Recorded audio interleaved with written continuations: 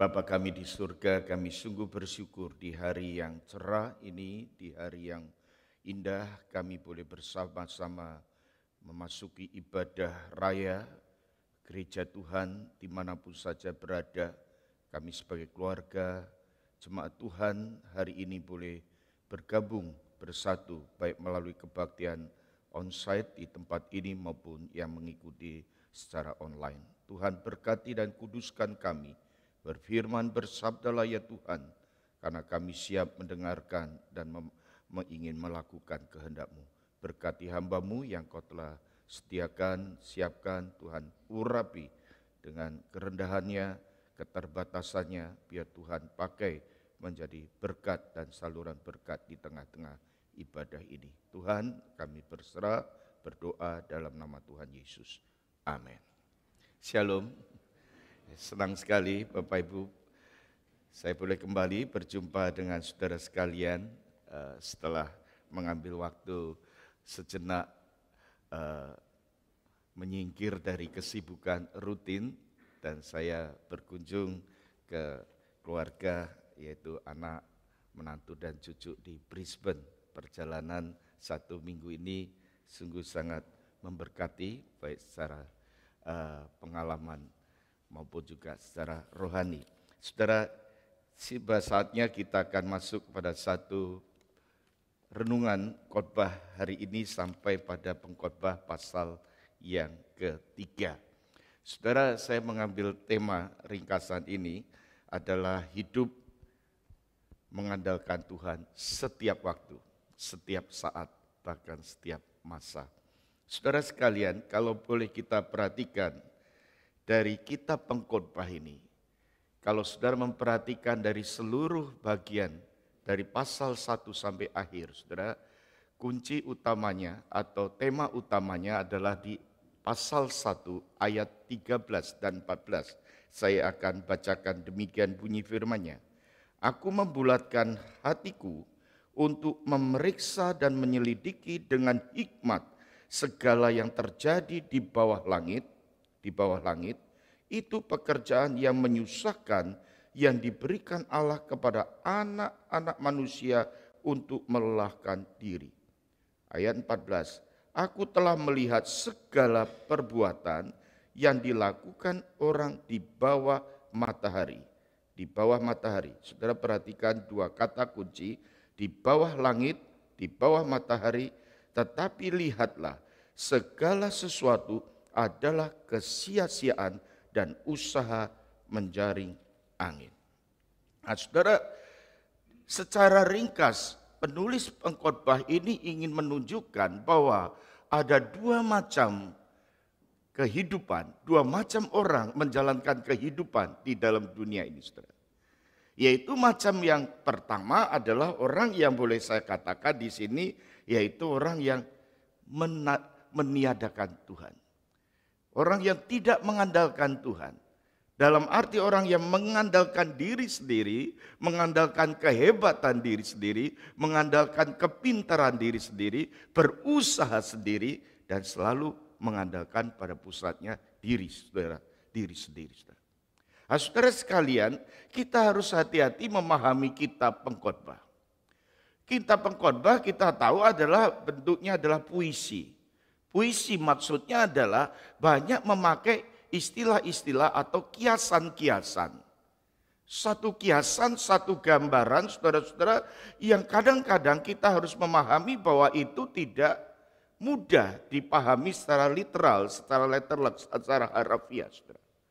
Tetapi kitab pengkhotbah boleh saya katakan kitab yang indah sekali, saudara. Karena berbicara tentang fakta hidup, realita hidup, gambaran kehidupan manusia yang ada di seluruh dunia ini, seisi dunia ini, saudara. Nah, saudara perhatikan, saudara, kalau kita memperhatikan tadi dari ayat 13 dan 14 di pasal 1, saudara, itu digambarkan bahwa manusia itu diperbandingkan. Nah, kalau saudara ingin memperbandingkan sesuatu, saudara, kita harus melihat dua-duanya, saudara. Kalau saudara ingin memperbandingkan benda A dan benda B, kita harus sandingkan, kita harus jejerkan, kita harus samakan di dalam melihat posisi dan kondisi yang ada di sana. Artinya apa saudara-saudara? Dari situ kita akan bisa melihat mana yang benar, mana yang salah, mana yang baik, mana yang tidak baik. Untuk membedakan sesuatu harus kita memperbandingkan. Dan saudara-saudara, inilah yang dipakai sebagai satu teknik atau cara penulis pengkhotbah memperbandingkan kehidupan. Yang saya katakan saudara-saudara, kehidupan yang tanpa Tuhan, yang tidak mengandalkan Tuhan, itu digambarkan seperti kehidupan orang yang bekerja, berusaha di bawah matahari. Di bawah matahari. Itu muncul 29 kali. Kalau saudara perhatikan dalam PA nanti, dalam Kedub, saudara perhatikan cari kata hidup di bawah matahari, itu 29 kali. Dan akhirnya di sana disimbolkan sia-sia. Kesia-siaan. Usaha menjaring angin, saudara. Saudara-saudara, saya menggambarkan ada satu cerita kuno ini. Cerita dari Rusia, saudara. Itu dikatakan, saudara-saudara, cerita itu berjudul 1x2. Itu digambarkan ada seorang pria yang gagah perkasa, yang mempunyai idealis, cita-cita, memiliki harapan yang besar. Satu ketika dia pergi ke satu daerah yang jauh, yang luas lahan tanahnya, saudara-saudara. Saudara, pada waktu dia pergi ke daerah itu, dia bertemu dengan kepala penghulu desa atau penghulu dusun itu. Dan dia bertanya dan berkata, aku ingin membeli sebidang tanah yang luas di sini. Berapa harganya? Pemilik, ada juga pemimpin desa itu berkata, oh di sini harganya biasanya memakai cara paket. Ya saudara, seperti buffet lah istilahnya. Bayar satu jumlah uang, makan sepuas-puasnya. Saudara, bapak ini bertanya, bagaimana caranya? Berapa harganya?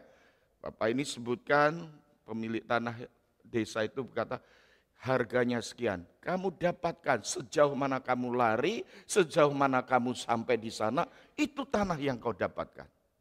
Saudara-saudara, mulailah. Bapak ini kata, oke, deal, saya membayar harga yang ditentukan. Kapan bisa dimulai?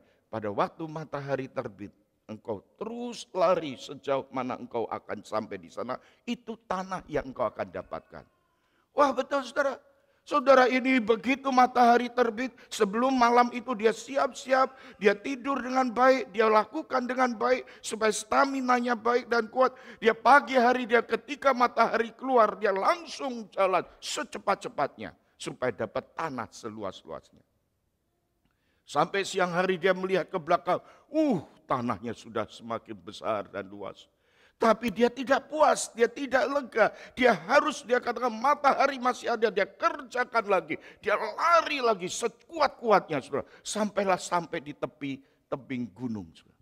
Dia lihat ke belakang, tanahnya sudah luas demikian. Tapi hatinya masih belum puas, saudara. Digambarkan dia melihat matahari masih ada di atas gunung itu. Dia terus naik, tapi mulailah gelap. Ketika itu dia berhenti, dia lihat ke belakang, sudah luas sekali tanah yang dia dapatkan, saudara. Tetapi di atas itu masih ada terbit matahari. Kan saudara perhatikan matahari itu, saudara, kalau kita ke gunung semakin tinggi masih ada, saudara. Sampai yang dikatakan terbenam itu di tempat yang paling gelap di sana. Saudara, dia naik lagi. Ada orang dikata di atas, naik lagi, kamu masih ada. Ini matahari masih kelihatan. Dia usaha naik. Sampai akhirnya matahari terbenam. Dia melihat ke belakang. Dia luas sekali apa yang dia miliki besar. Dia puas dan dia berkata, hore, dia bergembira. Tanpa terasa karena fisiknya sudah lelah. Ketika dia berteriak, nafasnya pun putus. Dan akhirnya dia meninggal di sana. Tanah yang didapatkan luas sekali. Tetapi ketika beberapa orang mencangkul kuburan untuk menanamkan jenazah, di situ ada seorang yang memberikan komentar. Dia bisa mendapatkan seluas tanah seperti itu. Tapi akhirnya hanya 1x2 yang dia dapatkan. Itulah judulnya, 1x2. Saudara-saudara, usaha manusia digambarkan oleh kitab pengkhotbah itu adalah sia-sia kalau itu dikerjakan hanya di bawah matahari, tidak mengandalkan Tuhan. Dan macam yang kedua yang secara singkat kita akan perhatikan di sini pasal 3. Saudara perhatikan pasal 3 ayat 1. Slide-nya ada di ayat itu dikatakan, untuk segala sesuatu ada masanya, untuk apapun di bawah langit ada waktunya. Saudara, bagian yang kedua ini konteksnya kehidupan di bawah langit. Artinya kehidupan yang menunjuk setiap kaitannya berbicara di bawah langit, menunjuk kepada kehidupan orang-orang yang percaya dan mengandalkan Tuhan.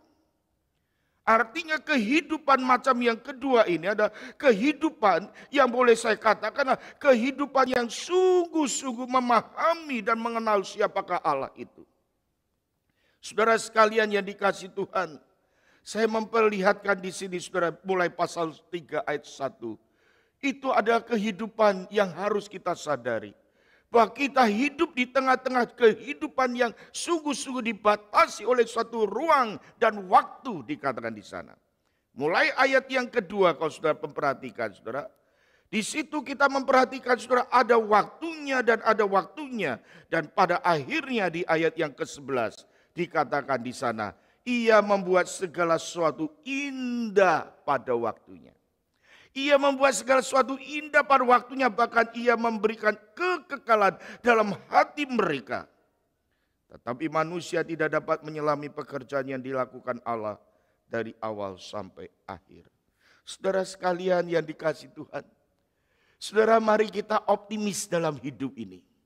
Mari kita mempunyai satu kesemangatan iman yang sungguh-sungguh membara. Bahwa bagi orang yang sungguh percaya kepada Tuhan, yang mengandalkan Tuhan senantiasa, hidup kita itu dikatakan di ayat yang ke-11, Tuhan itu membuat segala sesuatu itu indah pada waktunya. Saudara, bahkan bukan hanya itu, Tuhan memberikan kekekalan dalam hati manusia. Ini luar biasa. Saudara. Saya itu senang berenang, saudara. Akhir-akhir ini saya pelihara cara hidup sehat dengan cara berolahraga pagi-pagi hari. Saudara. Saya mengingat saudara kolam renang kadang-kadang itu banyak orang gitu. Jadi itu kadang-kadang kurang nyaman. Pergi ke tepi laut. Saudara kalau ke Marubra, saya kemarin pergi ke Queensland. Cari sengaja pantai-pantai saudara. Dan saudara di pantai-pantai tertentu di Marubra itu ada satu contoh yang saya pakai gambarannya. Itu ada satu kolam. Kolam tempat berenang, saudara. Dan yang menarik sekali pada waktu saya masuk ke kolam itu, saudara. Dinding kolam itu pada satu waktu itu menyatu airnya dengan laut, saudara. Rata, saudara. Ketika saya mendaratkan dagu saya di atas dinding itu. Saya memandang lautan yang ada di depan, saudara. Saudara-saudara, ada satu gambaran begitu luas sekali terbentang di hadapan saya, saudara. Lautan yang menyatu dengan dinding kolam yang kecil ini, saudara. Dan dibandingkan dengan saya yang kecil ini, saudara-saudara. Dibanding dengan kolam lautan yang luas itu. Belum lagi saya memandang ke langit, saudara-saudara. Ketika langit itu pada ujungnya menyatu dengan lautan itu, saudara-saudara. Saya memperhatikan ada satu hal yang harus saya akui dalam hidup ini. Ketika saya ada di tengah-tengah gambaran seperti itu adalah begitu kecilnya si aku ini. Begitu kecilnya saya ini. Begitu kecilnya manusia ini. Artinya apa saudara-saudara? Kita itu terbatas tidak berdaya dibandingkan dengan alam yang ada di sekitar kita. Tetapi ketika saya renungkan dengan baik-baik saudara. Ketika saya bersateduh merenungkan pasal 3 ayat 11 ini. Saya menemukan bahwa gambaran manusia itu yang diberkati oleh Tuhan. Itu adalah dikatakan diberikan hati yang kekal. Kehidupan yang kekal. Kekekalan ada dalam kehidupan manusia ini, saudara. Yang ditaruh dalam diri kita ini. Saudara, saya itu bagaikan saudara kecil di tengah lautan. Tetapi ketika kita menyatu, saya bersyukur saya boleh bersama berbagian dari alam semesta yang luas dan besar ini. Kekekalan itu jauh melampaui alam ini, saudara. Saudara, pengkhotbah menggambarkan kehidupan manusia memang dibatasi oleh waktu, dibatasi oleh ruang, dibatasi oleh masa, tetapi ada hati yang dipenuhi dengan satu kelimpahan, yaitu kekekalan.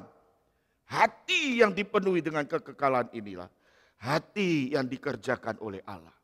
Saudara sekalian yang dikasihi Tuhan, inilah gambaran kehidupan daripada manusia yang kedua. Yang saya sebutkan saudara-saudara, ini adalah gambaran yang sangat-sangat indah sekali. Saudara, pasal 3 ayat yang kedua, saudara perhatikan beberapa ayat sampai ayat yang ke-8 itu. Ada waktu untuk lahir, ada waktu untuk meninggal. Ada waktu untuk menanam, ada waktu untuk mencabut yang ditanam. Ada waktu untuk membunuh, ada waktu untuk menyembuhkan. Ada waktu untuk merombak, ada waktu untuk membangun. Ada waktu untuk menangis, ada waktu untuk tertawa. Ada waktu untuk meratap, ada waktu untuk menari. Ada waktu untuk membuang batu, ada waktu untuk mengumpulkan batu. Ada waktu memeluk, ada waktu menahan diri dari memeluk. Ada waktu untuk mencari, ada waktu untuk membiarkan rugi. Ada waktu untuk menyimpan, ada waktu untuk membuang. Ada waktu untuk merobek, ada waktu untuk menjahit. Ada waktu untuk berdiam, ada waktu untuk berbicara. Ada waktu untuk mengasihi, ada waktu untuk berbenci. Ada waktu untuk perang, ada waktu untuk damai. Saudara lihat di sini, indah sekali. Puisi ini begitu indah karena berpasang-pasangan, saudara. Antara yang baik dan yang tidak baik, antara yang positif dan ada yang negatif. Saudara-saudara, kalau kita memperhatikan ini, apa yang kita dapat simpulkan? Saudara? Alkitab tidak menyangkali dalam hidup ini ada masa-masa, saudara. Termasuk ada masa yang baik, ada masa yang buruk, saudara. Ini adalah realita hidup. Alkitab tidak menyangkali bahwa kehidupan manusia itu seperti roda. Ada kalanya kita di atas, ada kalanya kita di bawah. Ada kalanya kita naik, ada kalanya kita turun. Ada kalanya kita senang, ada kalanya kita sedih. Saudara sekalian, Alkitab tapi mengingatkan kita. Orang yang sungguh mengandalkan Tuhan dan percaya kepada Tuhan, konteksnya di sini bukan hidup di bawah matahari saja, tetapi di bawah langit. Saya katakan Alkitab tidak menyangkal adanya susah hidup. Alkitab tidak menyangkal adanya keburukan terjadi. Tetapi bagi orang yang mengandalkan Tuhan, Tuhan membuat segala sesuatu indah pada waktunya. Tuhan membuat segala indah pada waktunya. Saudara-saudara, saya mengambil contoh saja. Secara sederhana, saudara-saudara, itu hidup ini ada masanya, saudara. Kalau kita perhatikan dalam kehidupan saudara saat ini, saya harus buka jam nih supaya tahu nanti jam berapa selesai. Hidup ini tidak selalu senang, saudara. Kadang kita bisa sakit, saudara. Tetapi orang yang berada di dalam Tuhan, saudara. Dikatakan saudara, lahir itu positif. Kalau kita ada berita kelahiran, selalu kalimat di warta, congratulations. Selamat berbahagia. Dan hari ini kita membaca berita duka cita. Karena meninggal sahabat kita. Tante Sarah, saudara, salah satu contoh ibu yang begitu ada pengumuman, dia katakan, Pak Joni kapan ada kebaktian secara langsung. Saya mau tanggal ini, betul, di minggu itu dia langsung datang. Saya pikir jarang sekali orang tua, karena saya tidak menyarankan waktu awal-awal orang tua datang kebaktian secara fisik. Tapi Tante Sarah ini ngotot, dia bilang, saya sudah lama, 1 tahun lebih di nursing home terus. Akhirnya dibawa ke rumah anaknya yang ada di Kingswood, karena dekat dia mau kebaktian. Lewat sini saya bilang, langsung datang, nanti cepat pulang. Beberapa hari yang lalu, waktu-waktu yang ada, saya masih ketemu segar, masih ngomong, dan berbicara tentang apa yang dia harapkan. Salah satu yang diharapkan, saya itu enggak mau hidup terlalu lama lagi. Saya tanya, Tante umur berapa? Hampir 90. Saya pikir-pikir sudah jauh cukup. Sudah 90 itu sudah cukup sekali. Saya kata, sudah Tante berdoa. Tapi kalau Tuhan masih mau kasih kesempatan bonus, gak bisa ditolak, itu Tuhan yang punya. Berapa hari yang lalu masih keadaan lemah, saya datang ke rumah sakit, 1-2 hari, hari ketiga saya datang tiap hari. Sengaja saya melihat perkembangannya, semakin hari semakin lemah. Ketika kemarin hari tanggal 30 saya datang ke situ, Jumat itu, dia sudah lemah dan akhirnya Tuhan panggil di sore hari sekitar jam 3-an. Saya memperhatikan hidup manusia pada batasnya. Ada waktunya, saudara. Dan pada waktu itu saya melihat kitab Pengkhotbah ini. Ada waktu untuk lahir, ada waktu untuk meninggal, saudara. Lahir itu congratulation, meninggal itu adalah ikut berduka. Tetapi Alkitab kalau kita mau lihat lebih dalam, di dalam kematian sekalipun dikatakan kebahagiaan, saudara. Wahyu itu dikatakan dalam Revelation, dalam kitab Wahyu itu dikatakan orang yang meninggal di dalam Tuhan dikatakan berbahagia. Saudara sekalian, ini adalah perspektif, ini adalah dimensi hidup manusia yang harus kita pahami dan kita telusuri dan kita dalami. Inilah tujuan dari kitab Pengkhotbah. Dia memberikan kekekalan dalam hati manusia. Kematian bukan segala sesuatu yang akhir di sana, saudara-saudara.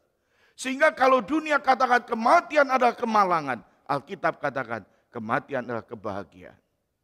Kitab Pengkhotbah ingin memperbandingkan itu, saudara-saudara.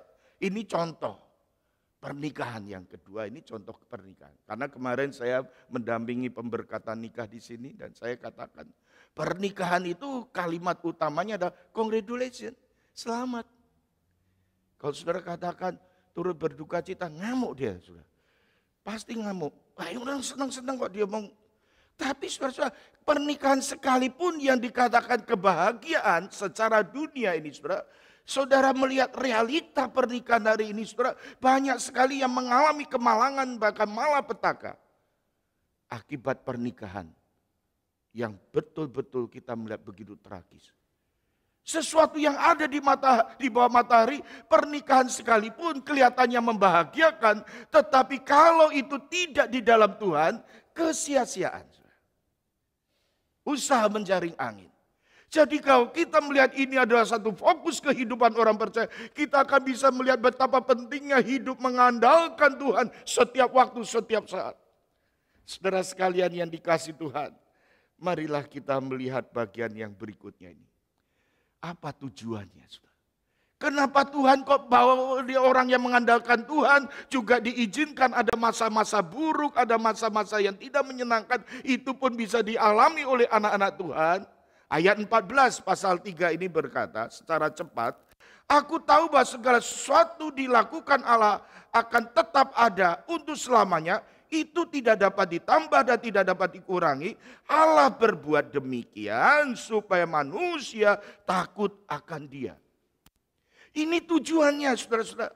Ini filsafat hidup daripada kitab Pengkhotbah, yaitu takut akan Tuhan. Orang yang mengandalkan Tuhan, walaupun menghadapi, dan Tuhan izinkan ada masa-masa buruk yang kita hadapi, ada masa-masa yang hari ini sedang kita hadapi juga alami, itu sengaja diizinkan oleh Allah dengan satu maksud supaya manusia itu takut dan gentar pada Tuhan. Hidup takut akan Tuhan.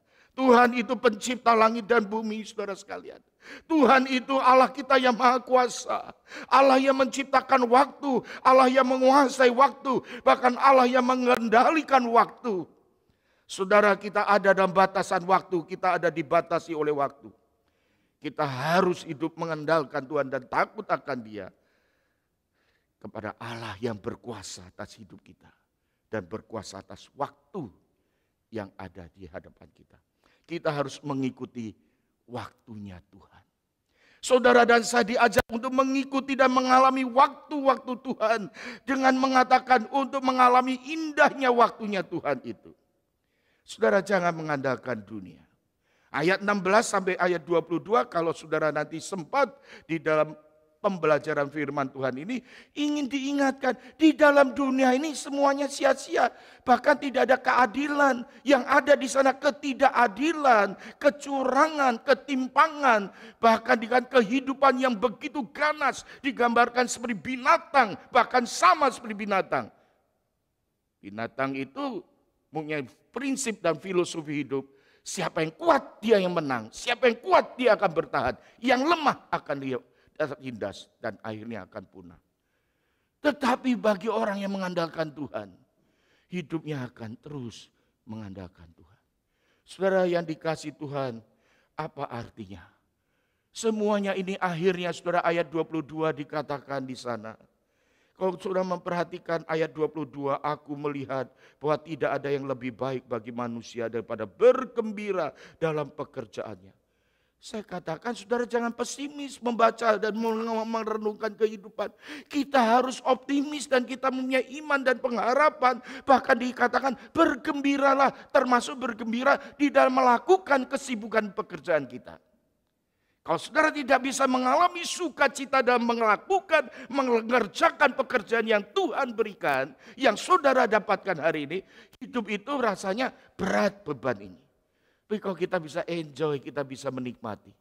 Baik saudara sebagai pekerja, saudara sebagai buruh sekalipun, saudara sebagai pengusaha yang sedang menghadapi kesulitan, saudara yang berhidup di dalam masyarakat, bahkan saudara yang belajar di kampus, di sekolah, di tengah-tengah kesulitan yang ada, lakukanlah dengan gembira. Artinya apa saudara? Lakukanlah dengan penuh ucapan syukur. Bahwa berkat Tuhan itu cukup, dikatakan bahagianmu ada di sana. Kecukupan itu ada sungguh-sungguh didasarkan pada kebaikan dan anugerah Tuhan. Saudara-saudara, saya mengajak saudara merenungkan di kalimat penutup ini. Di saat bergembira, slide yang terakhir. Di saat bergembira, pujilah Tuhan. Di saat susah, carilah Tuhan. Ketika saudara menghadapi kesulitan di pekerjaan, di tengah keluarga, di tengah relasi yang bermasalah, carilah Tuhan. Di saat senang, jangan lupa muliakan Tuhan. Di saat sakit atau berduka, percayalah pada Tuhan. Di setiap saat, bersyukurlah pada Tuhan. Amin. Amin. Kalimat yang terakhir kita ulangi sama-sama. Di setiap saat bersyukurlah pada Tuhan. 1, 2, 3. Amin. Marilah dalam setiap kehidupan pribadi, pekerjaan, studi kita, bahkan keluarga kita mengandalkan Tuhan dan melakukannya dengan penuh ucapan syukur. Kiranya Tuhan memberkati. Amin.